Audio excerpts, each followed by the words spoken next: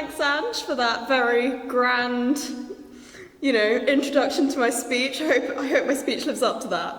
So, my mum's greatest passion is aromatherapy, which is basically the use of essential oils to treat psychological and sometimes even physical ailments, supposedly. And she absolutely loves it. She has a book, which I was not allowed to bring today, unfortunately, because it's too precious to leave the house, but it's kind of like this. It's like it's her aromatherapy Bible, basically.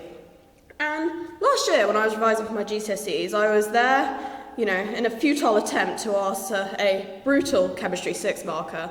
And I just made this kind of comment of, oh, I can't think. And my mum's immediate response was, oh, try some rosemary oil. It's good for concentration. And sure enough, 10 minutes later, I'd answered the question. And this got me thinking, does it actually work, or is it, just a placebo effect? So it's fair to say that holistic treatments as a whole are pretty controversial. In 2010, the head of the BMA's Junior Doctor Committee described them as witchcraft. Unfortunately, my mother is 100% a muggle, so it can't be a witchcraft. But, by some, it's an alternative medical treatment. And according to my mother's aromatherapy Bible, it can cure all your problems. So it can cure flu, fear, which are some pretty big claims, but are they true? So now, in defense of aromatherapy, there is some evidence suggesting that aromatherapy oils do possess some natural antibacterial, antiviral, and antifungal properties. Most essential oils, particularly those in the Achille or yarrow plant family, have been shown to inhibit the growth of certain microbes such as Candida, which is like a fungus that causes bird flu, and even the bacteria that can cause pneumonia. And this isn't saying that aromatherapy or the oils cure any of these infections, but they can certainly aid in the treatment of it. And for much smaller infections caused by microbes, such as acne or warts or verrucas, essential oils such as tea tree oil can be very effective in clearing them up.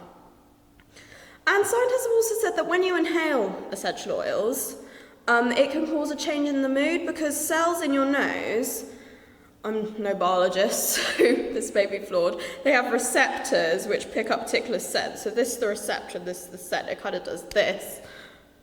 Yeah, and then it sends a signal to the brain, which goes through the part of the brain which is concerned with emotion. It alters the brain chemistry, causing a change in mood. So, for example, lavender oil is known to make you feel really sleepy. I know you can get those sprays that you put on your pillow.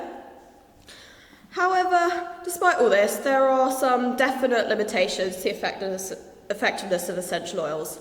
Though essential oils can definitely inhibit the growth of microbes, it will take a lot more than your lavender oil or your tea tree oil to cure the vast majority of diseases.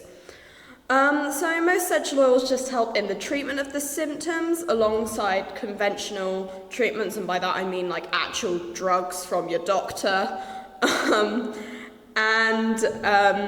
So for example, having a bath with eucalyptus oil, it can clear your nose out, but you're still going to have a cold after the bath, which is unfortunate.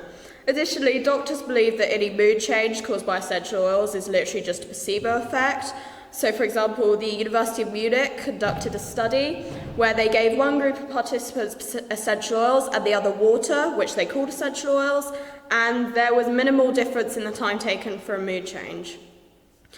And there are also loads of other factors which contribute to mood change. I mean, if you're, feeling really down in the dumps, it's unlikely that an essential oil is going to, solve all your issues and everything's going to be fine. So, in conclusion, if you're feeling a little bit down, orange oil may lift your mood, whether due to some nerve signals travelling through your brain and doing some cool, sciencey stuff, or just a placebo effect. That is up for debate. And if you have a nasty spot, tea tree oil might help. However, if your leg has been cut off and you're bleeding profusely everywhere, or you're suffering from some horrific virus, just skip the eucalyptus oil and head to hospital.